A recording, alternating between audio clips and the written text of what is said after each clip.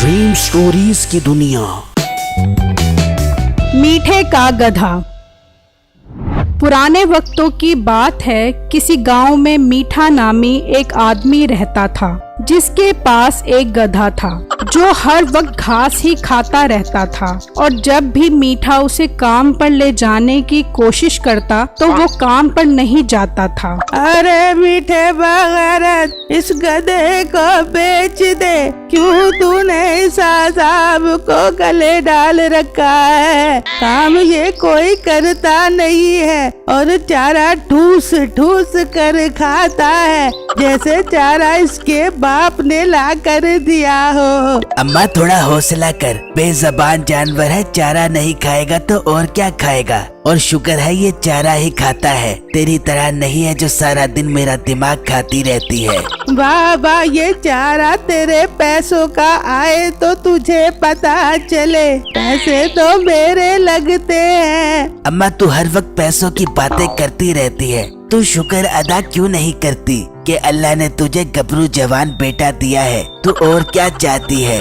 अल्लाह किसी को ऐसा गबरू जवान बेटा ना दे जो मुफ्त की रोटियां तोड़ता रहता है। अम्मा तू थोड़ा हौसला कर, मेरा ये खोता तैयार होने दे, फिर देख पैसों की रेल पे लगा दूंगा।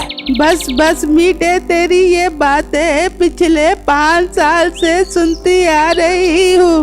जितना चारा मैंने इस खोते को खिला दिया है, मुझे तो अब तू कम, ये खोता मेरा बेटा ज्यादा लगता है। अरे बेगम तू बस कर, क्या हर वक्त मीठे के पीछे पड़ी रहती है? और मीठे तू इस खोते को बेचकर अपनी जान छुड़वा। काम तो ये करता नहीं है, बस मुफ्त का चारा रगड़ता रहता है। बस तुम सब जलते रहो मेरे खोते से। अब देखो ये कैसे मेरे साथ काम पर जाता है। ये कहकर मीठा अपने गधे के पास आया। चल मेरे प्यारे खोते, चल मेरे साथ काम पर। चल चल, मेरी नाक ना कटवा दी। ये कहकर मीठा अपने गधे को चलाने की कोशिश करने लगा तो गधे ने मीठे को लात मारी और मीठा दूर जाकर गिरा। हाँ मीठे, अब मिल गया सुकून तुझे। मैं ना कहता था कि इस नमक हराम को बेच दे। उसी गांव में बिट्टू नामी एक लड़का रहता था। उसके पास भी मीठे की तरह एक गधा था, लेकिन वो बहुत काम करता था। अच्छा बेगम, मैं गधे पर सामान डालकर बड्डी जा रहा हूँ। ठीक है आप जाएं, लेकिन थोड़ा अपने गधे का ख्याल भी कर लिया करें। इतना इस बेचारे पर बोझ मत डाला करें। अरे बेगम, मेरे पास एक गधा ही तो है जिस पर जितना मर्जी सामान डाल लो आराम से उठा लेता है, और भागता भी 120 की स्पीड से है। हाँ हाँ, बस नजर न लग जाए हमारे इस गधे को, आप इसकी नजर उतारते रहा करें। हाँ बेगम, मैं इसकी नजर उतारता रहता हूँ। अच्छा अब मुझे देर हो रही है, मैं अब जाता हूँ मंडी सामान लेकर। फिर बिट्टू अपने गधे के साथ मंडी की तरफ जा रहा था कि रास्ते में उसे मीठा मिल गया। अरे बिट्टू भाई कहाँ जा रहा है? भाई मंडी सामान लेने जा रहा हूँ। बिट्टू भाई बुरा मत मानना, तुम्हारा खोता बहुत कमजोर लग रहा है, इसे कुछ खिलाया करो। अरे भाई, मैं इसे सरसों के दाने और देसी घी वाला चारा खिलाता हूँ। बस बस, इतनी लंबी लंबी तो मत छोड़ो, मुझे तो लगता है इसके हिस्से का चारा भी तुम खा जाते हो।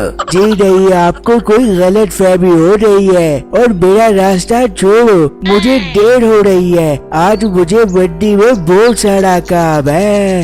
ये कहकर बिट्टू वहाँ से चला गया तो मीठा कहने लगा, अरे यार, इसका खोता तो बहुत काम करता है, और ये तो इस खोते की वजह से अय्याशी वाली जिंदगी गुजार रहा है, और मेरा खोता तो लगता है किसी सुस्त खोते का बच्चा है, कोई काम नहीं करता। अब मुझे एक चाल चलना पड़ेगी, क्योंकि मामला अब मेरी इज्जत पर आ गया है। अब मैं रात को इसके खोते के साथ अपना खोता तब्दील कर देता हूँ। वैसे भी हम दोनों के खोते मिलते जुलते हैं, किसी को पता भी नहीं चलेगा। फिर रात में मीठा चुपके से बिट्टू के घर गधा लेकर आया और अपना गधा वहाँ छोड़कर उसका गधा ले गया। अगले दिन मीठे ने उस गधे पर सामान रखा तो उसका बाप बोला, मीठे फिर तेरा लात खाने को दिल कर रहा है। बस अब्बा आज से मेरा खोता सुधर गया है। अब मैं जैसा कहता हूँ वैसे ही करेगा। चल शाबाश मेरे खोते, चल शाबाश। ये कहा तो वो गधा चल पड़ा।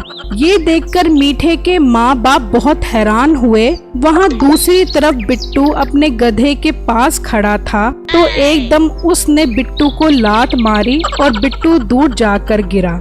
यार मेरे इस गधे को क्या हो गया है? रात तक तो बिल्कुल ठीक था। मुझे लगता है इसे मीठे बगैर की नजर लग गई है। मीठा सामान बेचकर घर आया तो उसका बाप बोला, वाह मीठे बेटा, तू तो कारीगर बन गया है। आखिर तू इस गधे को काम करवाने में कामयाब हो ही गया। बस अब्बा मैंने कभी गरूर नहीं किया। गधों को किस तरह चलाना है ये मेरे बाएं हाथ का काम है।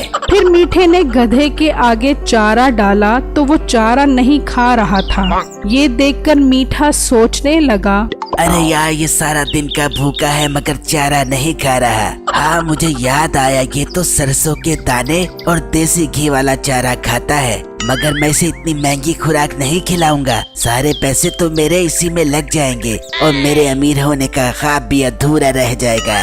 वहाँ दूसरी तरफ बिट्टू बहुत परेशान था कि उसका गधा ना तो सरसों के दाने खा रहा था और ना ही देसी घी वाला चारा। बेगम मुझे समझ नहीं आ रहा कि मेरे खोते को क्या हो गया है। ये कुछ खा ही नहीं रहा और जब मैं इसके पास कुछ खिलाने के लिए जाता हूँ तो ये आगे से मुझे मारता है। ये सुनकर उसकी बेगम बोली, मैं तो कहती हूँ इसे किसी अच्छे से डॉक्टर को चेक करवाएं, इसका मैदा सुकड़ ना गया हो। बेगम तू अपने मशवरे अपने पास ही रख, मैं इसका कोई और हल निकालता हूँ। फिर बिट्टू ने उस गधे को खाली चारा डाला तो वो फौरन खा गया। अच्छा तो अब ये सादा चारा खाना शुरू हो गया है। चलो अच्छी बात है, मेरे पैसों की बचत हो जाएगी। फिर बिट्टू ने उस पर सामान लादा तो वो टस से मस नहीं हुआ। अब ये चल क्यों नहीं रहा? अब इसे क्या बोझ पड़ गई है? खैर मेरे पास इसका भी हल है। वहाँ मीठे का गधा कुछ ना खाने की वजह से काफी कमजोर और छोटा हो गया था। अरे खोते के बच्चे, कुछ खा, तुझे मैं सरसों और देसी घी वाला चारा नहीं देने वाला। भूखा रहेगा तो मर जाएगा। क्यों मेरी नाक कटवाने पर तुला हुआ है? मीठे ने काफी कोशिश की लेकिन गधे ने कुछ नहीं खाया तो मीठा कहने लगा, ना खा मर जा मेरी तरफ से। वैसे भी मैं जो बिट्टू को खोता देकर आ गया हूँ उसने तो उसकी नाक में दम किया हुआ होगा। मैं बाहर जाके देखता हूँ कि मेरे खोते ने बिट्टू का क्या हाल किया हुआ है। फिर मीठा उस जगह जाकर खड़ा हो गया। कुछ देर बाद बिट्टू उसी गधे पर आया तो मीठा देखकर हैरान रह गया कि बिट्टू ने गधे के आगे चारा लटकाया हुआ था और वो गधा चारे को खाने के लिए चल रहा था। मीठा ये देखकर बहुत परेशान हो गया कि उसका गधा अब काम करना शुरू हो गया था। अब मीठे को अपने किए पे बहुत पछतावा हो रहा था लेकिन अब उसके पास कोई हल नहीं था। मेरी इस वीडियो को लाइक और मेरे चैनल को सब्सक्राइब जरूर कीजिएगा और मुझे कमेंट बॉक्स में जरूर बताइएगा कि आपको मेरी स्टोरी कैसी लगी। शुक्रिया।